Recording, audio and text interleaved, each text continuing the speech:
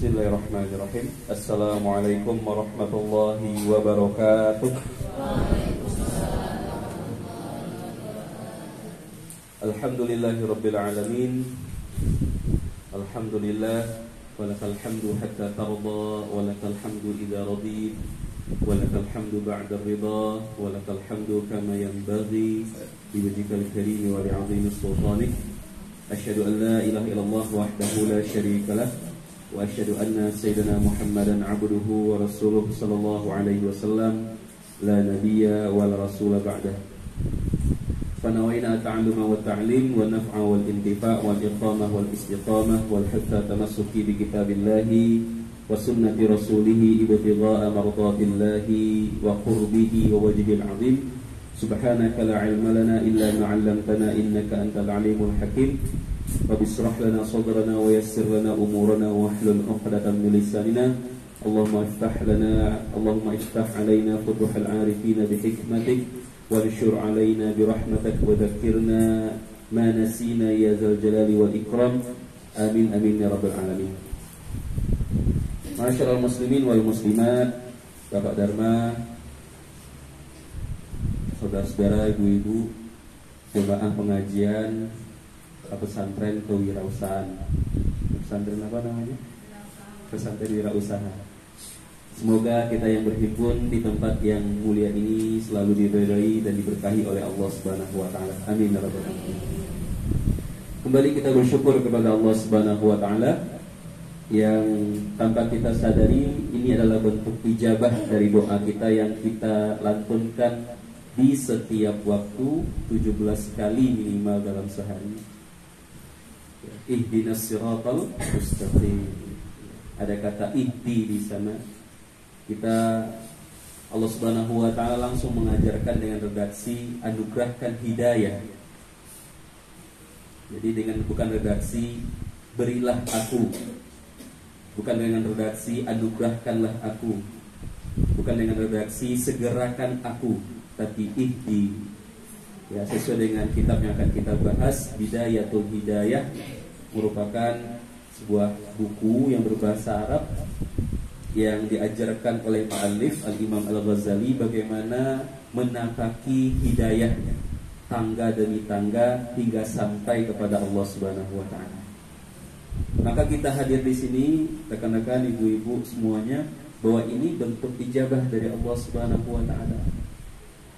Ya. Maka karena ini adalah nikmat, maka sepantasnya kita syukuri dengan mengucapkan alhamdulillahirabbil alamin. Tak lupa kita ucapkan salam dan salawat semoga dihadiahkan kepada baginda Nabi Muhammad sallallahu alaihi wasallam. Allahumma shalli ala sayyidina Muhammad wa ala ali sayyidina Muhammad.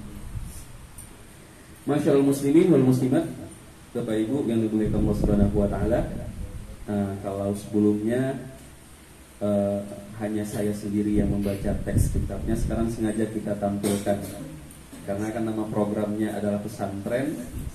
Yang hadir maka sudah suka rela disebut dengan santri dan santriwati, maka pesantren identik dengan kitab berbahasa Arab. Dan alhamdulillah kita mendapatkan teks yang ada harokatnya, kan gitu. Jadi yang kita baca ini bukan kitab gondol lagi, ini udah gondrong nih, segondrong-gondrongnya ini. Ya, dari awal baris sampai akhir pakai harokat. Dia ada yang gundul, ada yang semi gundul gitu kan. Sekarang dikasih harokat bagian kata-kata akhirnya saja. Ini gondrong banget ini. Nah, maka supaya nggak ngantuk nanti kita minta siapa yang diminta langsung baca. Nah, kalau diajukan siapa yang mau nanti khawatir pada tawadu, pada nggak mau. Ya. Ya. Kurang besar ya, saya besarkan lagi. Belum.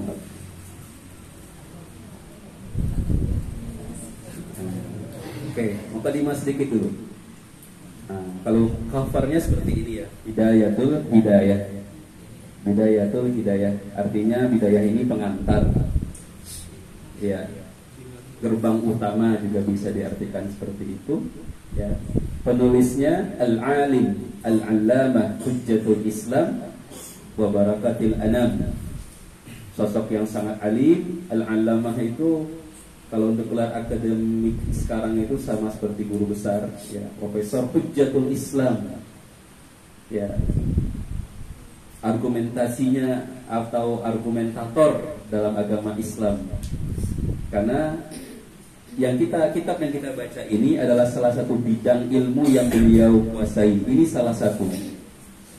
Ya, beliau itu mutafannin, menguasai banyak ilmu, hampir semua ilmu, mulai dari disiplin ilmu akidah, fikih, usul fikih, filsafat, kedokteran, bahkan urusan hati, qalbu. Wa barakatul anam, keberkahannya manusia. Al-Imam Abu Hamid Muhammad bin Muhammad Al-Ghazali. Ini sudah pernah kita sampaikan profilnya, ya, bahwa gelar beliau Abu Hamid, ya, Abu Hamid, bapaknya Hamid, berarti beliau mempunyai anak yang namanya Hamid, ya. Dalam tradisi Arab ini disebut dengan kunyah, ya. Baik mereka yang sudah mempunyai anak atau yang belum mempunyai anak atau bahkan yang belum menikah, ya. Yang belum nikah, ini kalau lihat wajah-wajahnya banyak yang single factor ini. Ya, kalau bahasa ini sekarang kan jomblo lillah, nggak tahu apa pilihan apa nggak laku, kan beda tipis, ya. Ya. Nah, ada beberapa sahabat itu yang telah memberikan kunyah bagi dirinya, Abu Hamid misalkan. Berarti kelak ketika dia telah menikah dan mempunyai anak, maka anak laki-lakinya akan diberi nama Hamid. Nama asli beliau Muhammad, nama bapaknya Muhammad, nama kakeknya Muhammad, ya. Al-Ghazal adalah pekerjaan daripada bapaknya, tukang pintal benang, ya, pembuat benang, ya. Dan ayah beliau, ya, ayahanda Imam Al-Ghazali Muhammad ini bukan seorang ulama, masyarakat awam pada umumnya, tapi sangat cinta terhadap ilmu dan sangat cinta kepada ulama, ya. Imam Al-Ghazali, ya, Imam Abu Hamid Al-Ghazali Muhammad punya saudara kandung Ahmad, ya. Dua-duanya itu selalu dibawa, Ahmad dan Muhammad. Imam Al-Ghazali kecil itu selalu hadir di majelis ilmu apapun. Dan nah, ini salah satu kebiasaan jamaah yang tahu adab dan ilmu. Pelan-pelan dia dekati ulama, kemudian minta didoakan, ya, minta didoakan. Karena orang yang soleh dan apalagi dia kekasih Allah Subhanahu wa Ta'ala, la hijabalah, tidak ada hijab penghalang antara cintanya dengan Allah Subhanahu wa Ta'ala. Baik, nah ini cover awalnya. Kita langsung saja ke teksnya. Yang ini muqaddimah dari pengarang, ini biografi dari penulis Imam Al-Ghazali. Kita langsung ke teksnya. Sebagai pembuka kita minta kepada saudara Edi untuk membacakan, ya. Siap, ya? Tinggal baca aku aja. Ya. Kelihatan, ya? Coba bismillah. Bismillahirrahmanirrahim. Yang atas. Ini. Tekan lagi, ya.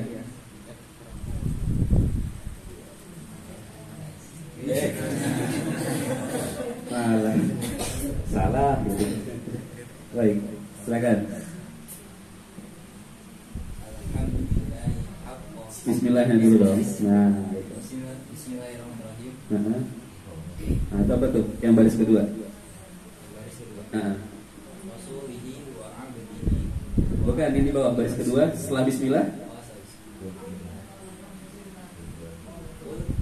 Itu penggalan ayat suci Al-Quran. Qul innal huda hudallahi.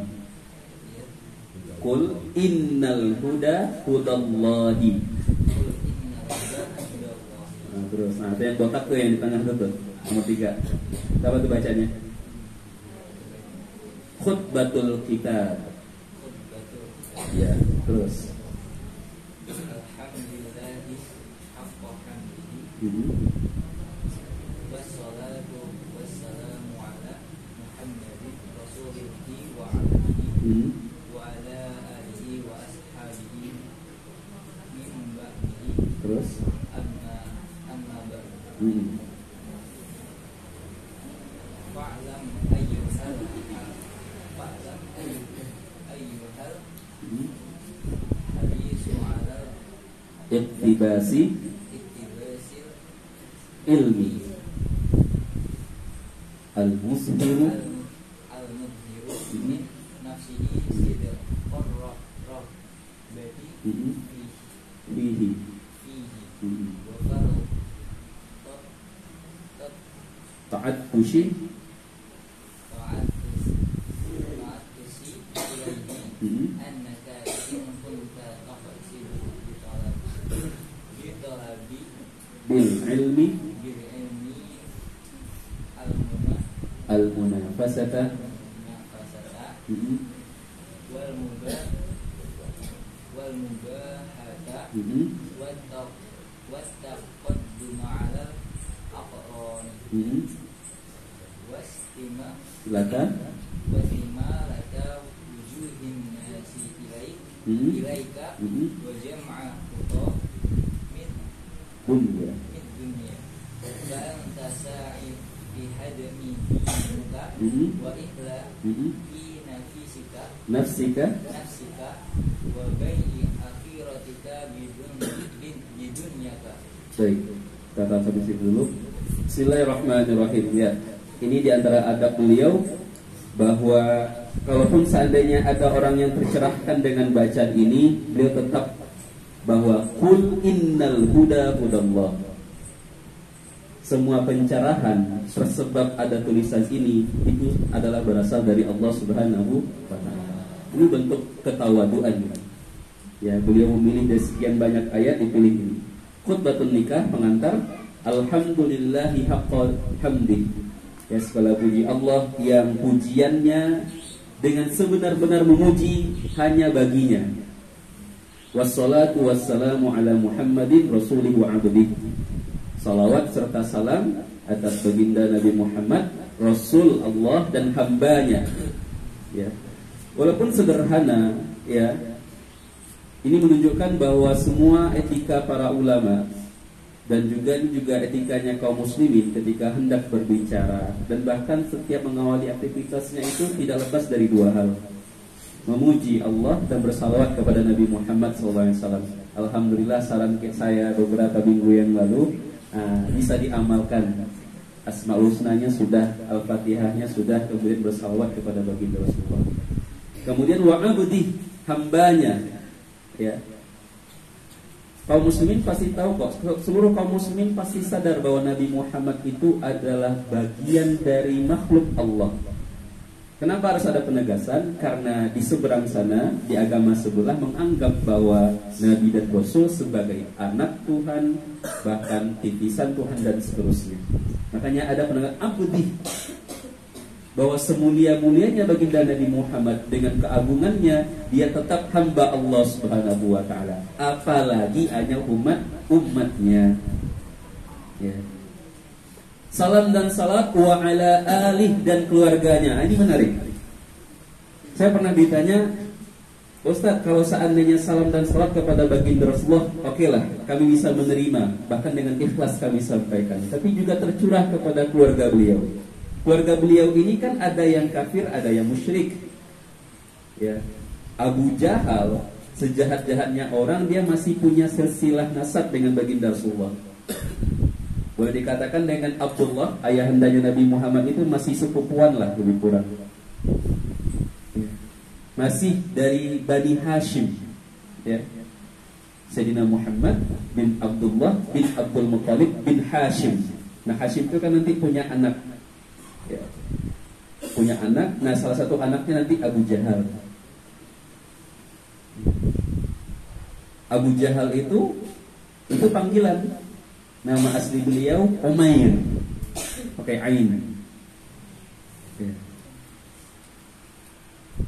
Kalau beberapa referensi yang kita baca dan berdasarkan video yang pernah kita dengar, beliau ini salah satu orang yang sangat pintar di tanah Arab. Kalau enggak mungkin menjadi sosok pemuka kabilah di kabilahnya, di sukunya. Ya, Umair.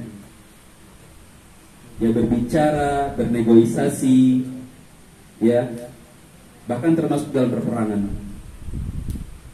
Maka suatu ketika Nabi Muhammad karena begitu kuat, ya, siksaan, penindasan, ya, dari kafir Quraisy, Dan saat itu Umar bin Khattab belum memeluk agama Islam. Nabi Muhammad pernah berdoa kepada Allah Subhanahu wa taala, "Ya Allah, berkahi kami dengan 2 Umair. Berkahi kami dengan 2 Umar.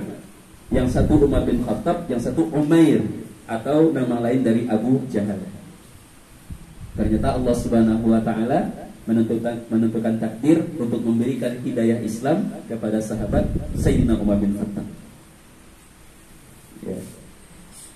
Nah, saya pernah ditanyakan ada yang kafir dan musyrik, tapi ada syarahnya. Alihi ini ternyata tidak terbatas bagi keluarga Nabi saja. Ya. Jadi tidak hanya terbatas Nabi Muhammad SAW punya istri yang pertama Ibunda Khadijah. Dari pernikahan beliau yang pertama itu mempunyai 6 orang anak. Yang panjang umurnya adalah Sayyidah Fatimah Az-Zahra. Yang panjang umurnya Ibrahim, kemudian ada salah satu lagi Qasim, ya, itu wafat, ya, di usia masih anak-anak. Yang agak panjang umurnya Ibunda Fatimah. Kapan wafatnya? Yang bisa jawab dapat doa terbaik. Doa nggak cukup. Dapat voucher, dapat bisa nggak Pak Rektor? Ya, kapan Ibunda Fatimah Zahra wafat? Bapak Ibu? Oke, Nabi Muhammad wafat pada tahun? Nabi Muhammad lahir pada bulan Rabiul Awal, tanggal 12. Tahunnya? Nah, jangan sebut tahun gajah. Oke lah, karena penanggalan Hijriah belum ada saat itu ya. Dan alhamdulillah Allah Subhanahu wa taala juga mewafatkan Nabi Muhammad juga di bulan Rabiul Awal pada tahun ke-11 Hijriah. Adapun tanggalnya itu diperdebatkan oleh ulama. Setelah 6 bulan kemudian Ibunda Fatimah Zahra wafat. Oke, sedikit kita berhitung. Setelah Rabiul Awal berarti Rabiul Akhir, Jumadil Awal, Jumadil Akhir atau Jumadil Tsani. Apa lagi? Rajab, Sya'ban, Ramadan. Di bulan yang paling mulia dan kemudian sosok yang sangat mulia. Ibunda Fatimah Zahra juga digelari dengan Al-Batul. Al-Batul itu adalah sosok perempuan yang menghabiskan waktu banyak beribadah setelah asar di hari Jumat sampai matahari tenggelam. Al-Batul, yang menyendiri, yang bersepi-sepi.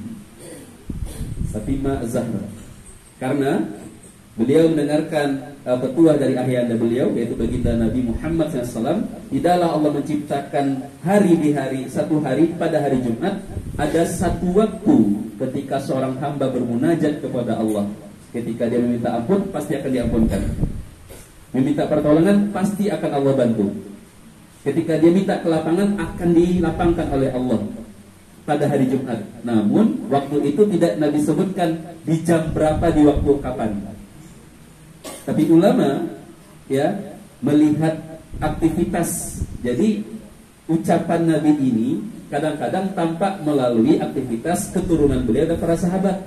Salah satunya Ibunda Sayyidah Fatimah banyak menghabiskan waktu di hari Jumat itu bukan pada malam Jumatnya, bukan pada pagi Jumatnya, tapi banyak mengurung diri untuk beribadah, berzikir, berdoa ba'da asar sampai maghrib. Nah, itu bocorannya, itu spoilernya. Ulama fikih mengartikan, ya namanya kan pendapat sah saja berbeda-beda. Mengartikan nggak di waktu itu, tapi nah ini berita baik bagi laki-laki yang menghadiri sholat Jumat. Di sesaat si khatib itu duduk sejenak, kemudian untuk berdiri kembali untuk khutbah yang kedua. Nah, diduduknya ditutup. Makanya kita lihat beberapa orang tua kita, ya fa'tabiru ya ulil absar la'allakum turhamun, kata sefatita, kemudian duduk, beberapa orang tua angkat tangan doa. Itu waktu ijabah. Menurut ulama fikih.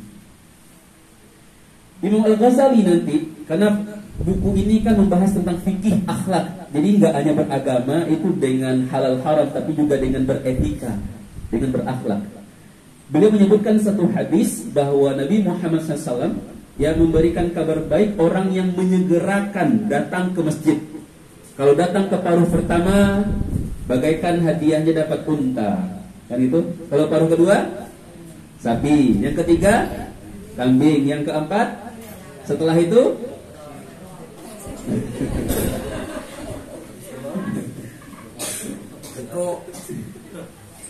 ya. Nah, berdasarkan pembagian Nabi ini, maka justru waktu yang paling afdal itu di paruh pertama seseorang datang ke masjid.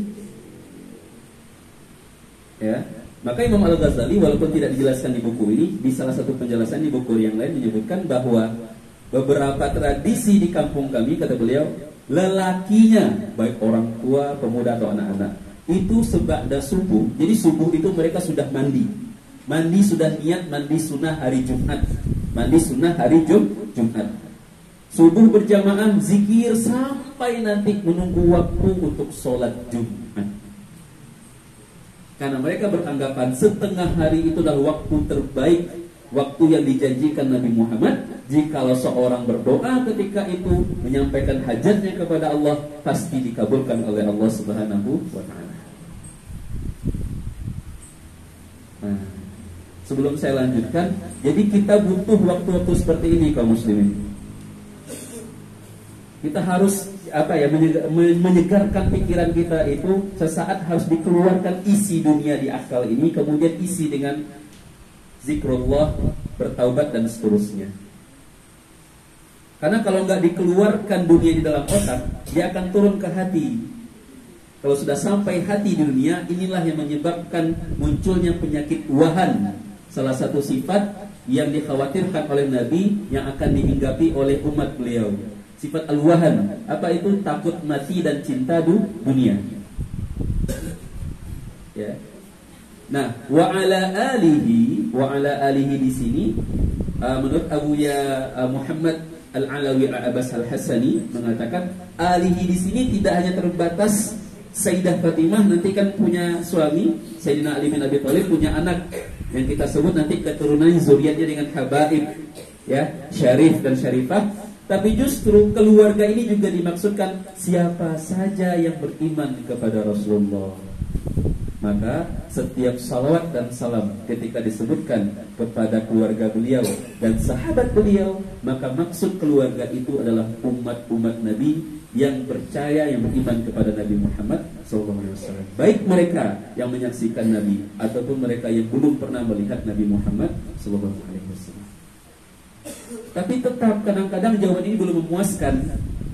Akhirnya ada bacaan tambahan ketika doa tahiyat akhir.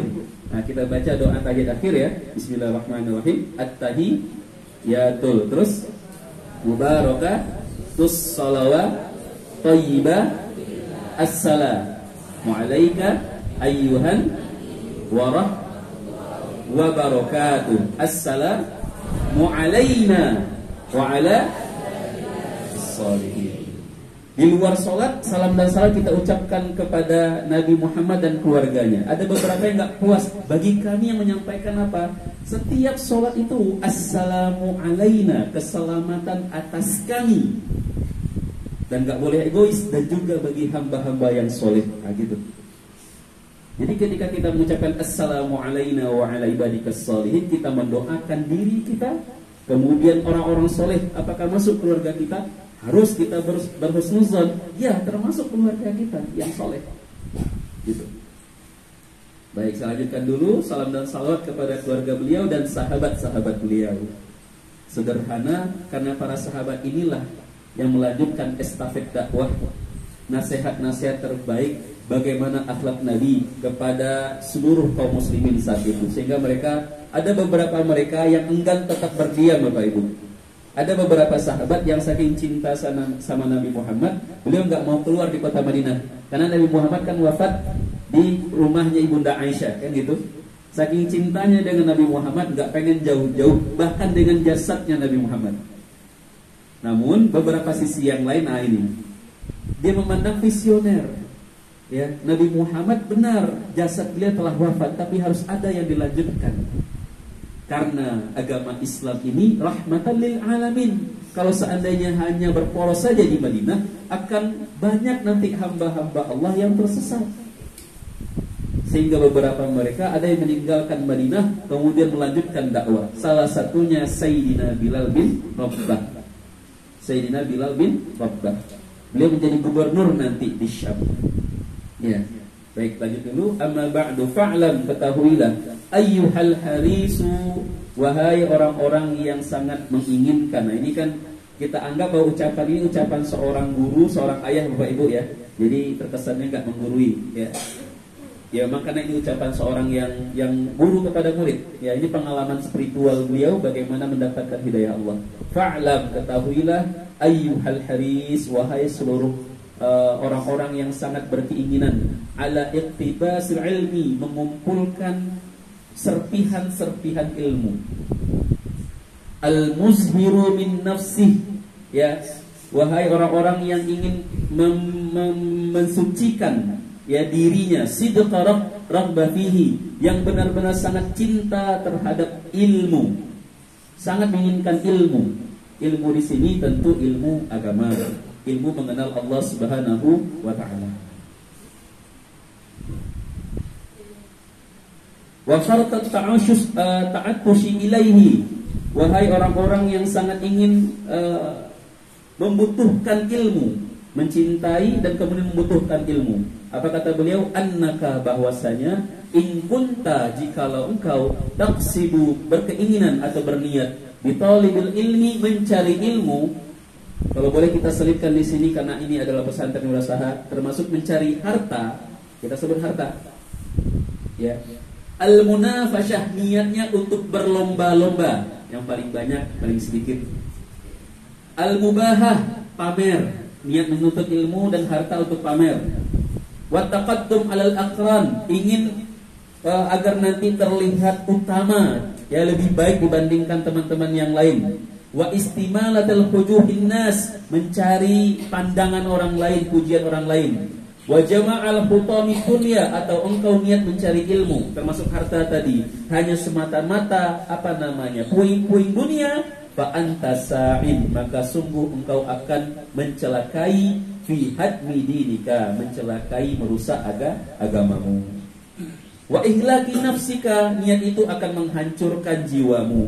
Wa bai'i akhiratika bidunyaka, kalau niat menuntut ilmu, jemaah kaum muslimin di majelis ini, atau mencari harta, berjualan, atau menuntut apapun di dunia ini, semata-mata hanya untuk itu, agar nanti terlihat lebih dibandingkan orang lain, lebih utama dibandingkan yang lain, maka engkau sedang menjual akhiratmu dengan duniamu. Karena apa? Akhirat itu berarti orientasinya Allah Subhanahu wa taala, yang tidak akan pernah sepadan dengan nilai apa-apa yang ada di dunia. Saya lanjut dulu. 2 paragraf ya. Kalau saya terus sampaikan nanti nggak selesai. Fasafqatuka khasirah, bahteramu akan hancur. Tijaratuka bahirah, perdaganganmu akan rugi. Wa muallimuka mu'inun laka ala isyanika, guru yang mengajarkanmu akan terhadap ilmu justru bukan yang sedang membantumu, tapi justru guru itu sedang mencelakaimu, agar kamu ala isyanika, agar kamu berbuat maksiat. Guru seharusnya membimbing, tapi karena niat si murid salah, jadi peran guru itu jadi rusak. Wasyarikun laka fi khusranika, orang-orang sekitarmu, ya, para kolegamu juga akan mendapatkan dampak buruk darimu karena niat yang tadi. Banyak itu, Bu. Ya. Tujuan mencari semata-mata mencari harta bukan karena Allah Subhanahu wa taala. Ya, kita harus melakukan A, B, C. Ya. Karena obsesi yang terlalu tinggi sampai lupa ada beberapa teman yang belum maksud dengan cara tersebut. Gak mau sabar dengan kemampuan teman. Banyak sekali orang yang menuntut ilmu, termasuk mencari harta, ya, yang niatnya salah. Bukannya dia harapannya seperti ini, banyak uang nanti banyak teman, kan seperti itu. Tapi nggak selalu seperti itu, ya. Justru teman yang sejati itu ya ketika kita, ya, seseorang tidak mendapatkan apa-apa, ya, dia tetap hadir. Jadi ada salah seorang sahabat, saya lupa nama sahabatnya, itu dia punya istri di rumah, kemudian beberapa teman itu selalu datang ke rumah. Ngapain di rumah, Bu? Cuman basa-basi, kemudian Mau nggak mau sahabat itu dia tipikal yang sangat menghormati tamu. Apa makanan yang ada di dapur dihidangkan. Bahkan yang masih mentah diolah dihidangkan. Ya. Di saat itu dia mampu, ada temannya ngobrol sebentar dihidangkan apa yang ada kemudian makan. Sampai hingga akhirnya sahabat ini dan kemudian ya boleh dikatakan ekonominya sangat lemah, makin turun. Ya. Beberapa temannya nggak datang lagi. Terus apa kata istrinya? Lihat ya, temanmu yang mengenalmu saat kamu saat kita berkecukupan. Lihat di saat kita lapar. Mereka datang nggak? Ya. Tapi apa kata sahabat ini? Justru itu teman yang pengertian. Dia bilang seperti itu. Karena kita nggak memiliki apa-apa, dia nggak datang, takut menyusahkan kita. Baik tuh pikiran seperti itu, kan? Kan lapang loh hati jadi seperti itu. Kalau istrinya apa tadi? Tuh kalau teman kamu datang hanya di saat kita enak, giliran kita susah dia nggak datang. Justru baik seperti itu. Ya, kalau dia tetap datang di saat kita juga susah, nambah masalah. Ya. Nah, ucapan itu ucapan ilmu, itu didikan Rasulullah. Ya. Wa huwa kaba'in sayfin min qati'it tariq. Orang yang mencari ilmu atau harta semata-mata karena dunia tadi itu bagaikan si pedagang pedang, ya. Tapi dia jual pedangnya, ya, di atas kapal. Di kapal itu banyak perompak. Ya, gimana tuh? Di atas kapal itu ada bajak lautnya, istilahnya seperti itu. Mereka yang nggak punya senjata melihat pedagang pedang gimana? Ya dia ambil, ya dia rampas. Kalau bajak laut itu punya senjata, dia akan beranggapan apa? Oh, ini musuh. Sengaja loh kok jual senjata di atas kapal, gitu. Ya, nggak akan berguna sama sekali. Justru akan mencelakakan. Wa man a'ana 'ala maksiatin walau bisyatrin kalimah kana syarikan fihi. Siapa saja menolong orang ini, kata beliau, kalau ada orang yang menuntut ilmu, mencari harta dengan niat hanya semata-mata dunia, hanya semata-mata mencari apa tadi itu, pandangan orang, pujian dan seterusnya, maka jangan bantu orang ini. Jika engkau bantu, maka engkau akan mendapatkan kecelakaannya. Nah, beliau berikan lawan dari keterangan yang tadi. Namun wa in kanat niyatuka, jikalau niat engkau, wa qasduka, tujuan engkau, fima bainaka wa bainallah, semata-mata karena Allah Subhanahu wa taala, dan kemudian engkau menuntut ilmu min ta'allumil ilmi, mencari ilmu termasuk mencari harta tadi itu, al-hidayah duna mujarrad riwayah. Ya, ini kaidah di sini. Bahwa petunjuk ilmu itu, ya, itu tidak cukup dengan satu cara saja. Ya. Fa'abshir, maka berikan kabar baik kepada orang yang menuntut ilmu karena Allah. Fa innal malaikata, sesungguhnya para malaikat, ibu-ibu, malaikah ini bentuk kata jamak. Ya. Jadi yang menaungi nanti orang menuntut ilmu itu bukan hanya satu malaikat. Dalam bahasa Arab ini bentuk katanya jamak. Ya. Singularnya atau bentuk kata tunggalnya malakun dalam bahasa Arab. Ya. Kita baca surat Al-Qadar, berapa jumlah malaikat yang turun dari langit? Tatanazzalu alaihimul malaikatu warruhu fiha biizni rabbihim min kulli amr salamun hiya hatta matla'il fajr. Yang turun itu siapa? Ribuan banyak malaikat yang akan dipimpin langsung oleh panglimanya, yaitu malaikat Jibril. Nah, kelebihan orang yang hadir di majelis ilmu, menyengaja niatnya karena Allah, ya, bukan karena nanti di list, bukan karena nanti dan seterusnya, niat-niat seperti itu, ya. Sesungguhnya malaikat tabusutu laka ajnihataha idza masyaita. Dia akan mengepakkan sayapnya di sepanjang jalanmu hingga sampai ke majelis ilmu. Termasuk nanti pulang lagi ke rumah. Ini sebuah kiasan. Bisa bermakna hakiki, benar. Bentuk kalau seandainya kita lihat seekor burung, kalau seandainya dia punya anak, kemudian hendak diterkam oleh mangsanya, agar burung itu terlihat besar, dia kepakkan sayapnya buat nakut-nakutin, nah seperti itu. Banyak yang seperti itu. Walaupun ada beberapa burung itu yang ciri khasnya ketika bertemu betina baru dia kembangkan sayapnya, kan gitu, untuk menarik yang betina.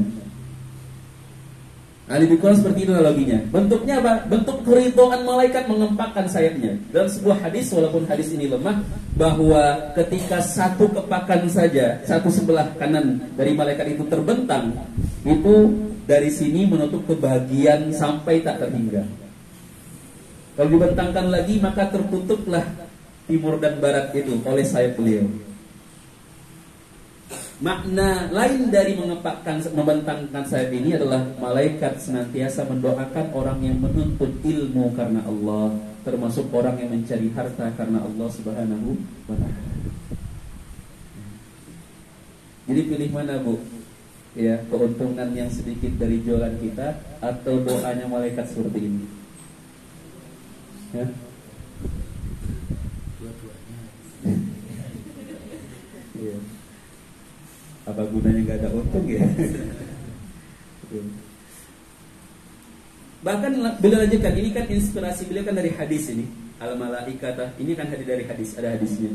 Wahitan al-bahri, bahkan seluruh ikan. Dipilih kata hitanun. Ini semua makhluk yang hidup di laut. Jadi nggak terbatas dengan ikan saja. Ya. Al-bahra, seluruh penduduk laut. Apakah yang hidup di sana binatang, makhluk halus, makhluk kasar kan namanya. Tastaghfiru laka idza sa'aita. Memohon ampun kepada Allah bagi engkau atas apa yang kau lakukan, yaitu menuntut ilmu karena Allah Subhanahu wa taala. Bentangkan meja, gelar semuanya untuk jualan. Bismillahirrahmanirrahim. Ya Allah, aku mengharapkan rezeki yang halal, yang dengan yang halal ini nanti aku berikan kepada pasanganku, kepada anak-anakku. Lillahi ta'ala. Itu niat seperti itu harus diucapkan itu, kurang-kurangnya dalam hati. Allah pandang itu dengan pandangan ridha. Kemudian Allah akan beritahukan kepada malaikat. Malaikat akan memberitahukan kepada seluruh makhluk. Karena kan malaikat itu nanti ada malaikat rahmah. Jadi malaikat rezeki itu kan nama malaikat siapa? Malaikat penyebar rezeki yang menurunkan hujan. Jibril menyampaikan wahyu. Mikail itu panglima malaikat yang menyebar rezeki. Rezeki itu kan tersebar di mana-mana. Ya, di langit, di darat dan di laut.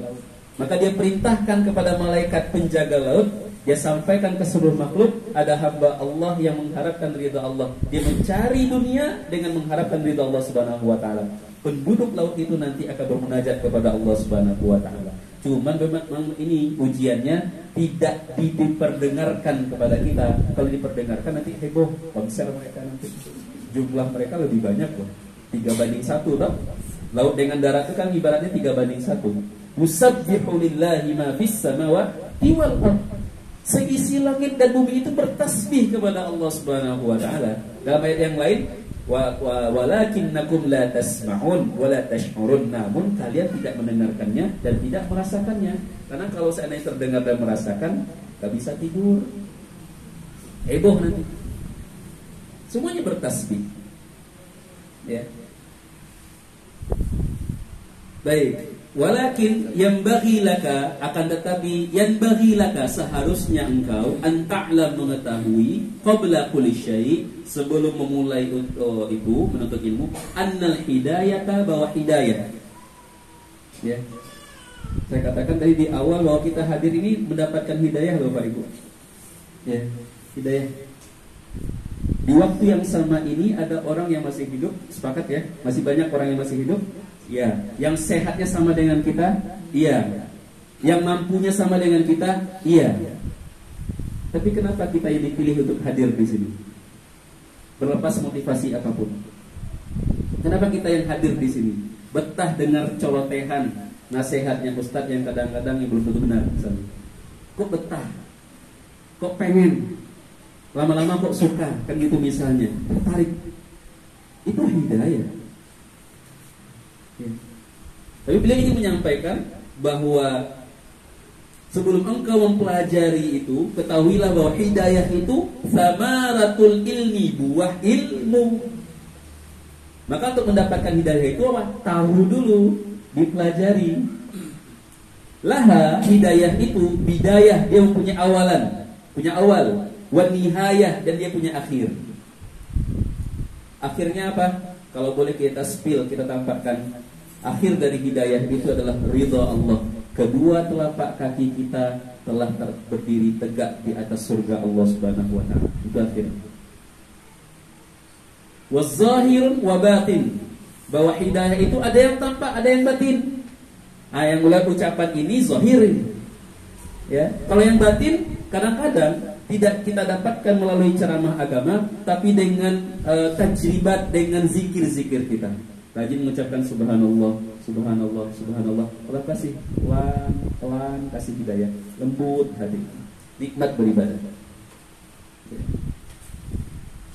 Wala wusula ila nihayatiha illa ba'da ikami hidayah. Dan tidak mungkin untuk mendapatkan akhir dari hidayah yaitu surga Allah, melainkan harus memasukinya di awal dulu, menapaki yang awal. Wala muhura ala batinihi, dan tidak mungkin orang akan merasakan nikmat hidayah secara batin kecuali dia juga menikmati zahirnya. Ya, saya lanjutkan dulu, saya skip. Nah, oke, ini hadis yang cukup mudah-mudahan ini memberikan alarm juga bagi kita. Saya langsung ke sini saja ya, ke sebuah hadis Nabi Muhammad SAW. Man izdada ilman wa lam yazdad hudan lam yazdad minallahi illa bu'dan. Siapa yang Allah tambahkan ilmu, pengetahuan, amalan, walam yazdad hudan, namun dengan ilmu itu udah bisa ngaji, udah bisa sholat, udah tahu yang baik, sudah tahu yang halal dan termasuk yang haram, namun tidak menambah, tidak ada petunjuk, tidak membuat dia tergugah untuk mengamalkannya, atau tidak mendapatkan petunjuk untuk istiqomah menjalankannya, lam yazdad hudan. Jadi satu ilmu itu harus ada satu hidayah. Kadang ada orang yang dapat satu ilmu, tapi entah kenapa belum sulit untuk mengamalkannya. Kalau selalu seperti itu, kata Nabi Muhammad, lam yazdad, ya tidaklah yang bertambah minallah, melainkan yang akan Allah tambahkan baginya bukan hidayah, tapi apa? Bu'dan, semakin jauh dari Allah Subhanahu wa ta'ala. Makin banyak tahu, makin sombong, makin berilmu, makin songong, makin kaya, makin kikir. Ya. Dalam bahasa tasawufnya, ini populer juga istilahnya istidraj. Ya, istidraj. Apa itu? Allah anugerahkan nikmat tapi membuat dia semakin jauh dari Allah Subhanahu wa taala. Kalau bahasa guru saya, Buya Gus Rizal, itu istidraj itu adalah seseorang yang diberikan nikmat untuk mempertinggi tempat dia melompat nanti ke neraka Allah Subhanahu wa taala. Nah, itu bahasanya. Beri nikmat tinggi, tapi siapa sangka itu untuk apa? Ya, untuk tempat jumping dia untuk masuk ke neraka Allah Subhanahu wa taala. Nauzubillah summa nauzubillah. Nah ini, mohon maaf Ibu Bapak, termasuk saya, kalau bertambah pengetahuan kita di sini, setiap pesantren yang kita dapatkan, tapi akhlak nggak berubah, belum mulai mengamalkan, kurang istiqomah, makin jauh dari Allah Subhanahu wa taala. Walaupun zahirnya bertambah, yang gitu, ilmu nambah, rezeki bertambah, ya. Padahal kita lupa, semakin tidaklah hari-hari yang kita lewati, melainkan ada bagian yang diambil oleh Allah Subhanahu wa taala, yaitu jatah hidup. Oke, lanjut.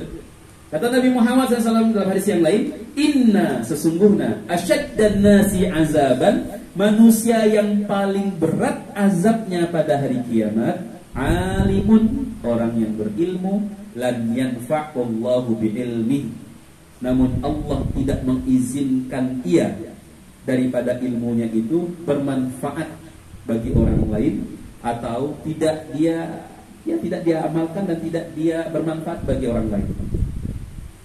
Ya. Orang berilmu, namun Allah tidak menganugerahkan kebermanfaatan terhadap ilmunya. Nah, ini bisa menjadi hadis pemberdayaan ya, pada ya, insyaallah.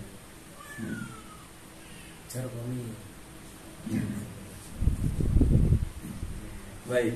Nah, ini hadis yang lain. Ini persaksian Nabi dari ketika Isra Mi'raj. Itu banyak. Ada beberapa pemandangan-pemandangan yang gaib yang dipertontonkan di hadapan Rasulullah SAW.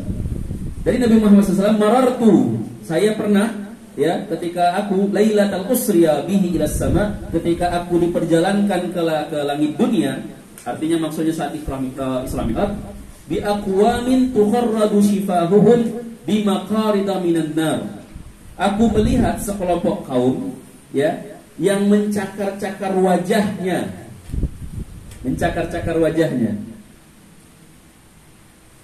Dan kukunya itu telah terbuat dari besi neraka. Tangannya sendiri, bukan orang lain, bukan malaikat. Faqultu man antum? Ya. Nabi Muhammad bertanya, siapa kalian? Faqalu, orang-orang ini yang mencakar dirinya itu, kunna na'muru bil khair wa la na'tihi. Kami adalah orang-orang yang pernah mengajak kepada kebaikan, tapi kami sendiri tidak mengamalkannya.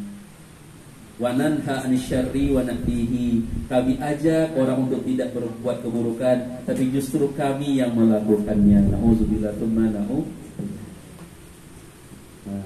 Baik, mungkin saya cukupkan sampai di situ dulu, ya, beberapa penggalannya, dan insyaallah kita nanti minggu depan langsung ke pembahasan intinya, ya, ke bab yang pertamanya tentang ketaatan-ketaatan yang bisa kita lakukan di siang hari dan malam hari, termasuk beberapa amalan-amalan wajib yang harus kita ketahui. Karena memang untuk mendapatkan hidayah Allah itu sederhana, menjalankan perintah Allah yang wajib tambah yang sunnah, kemudian menjauhi larangan Allah Subhanahu wa taala. Itu sudah dapat hidayah. Cuma menjalankan kewajibannya tentu sesuai dengan ketentuan dan petunjuk dari baginda Nabi Muhammad SAW. Itu saja dapat saya sampaikan. Jika ada pertanyaan atau diskusi, dipersilakan.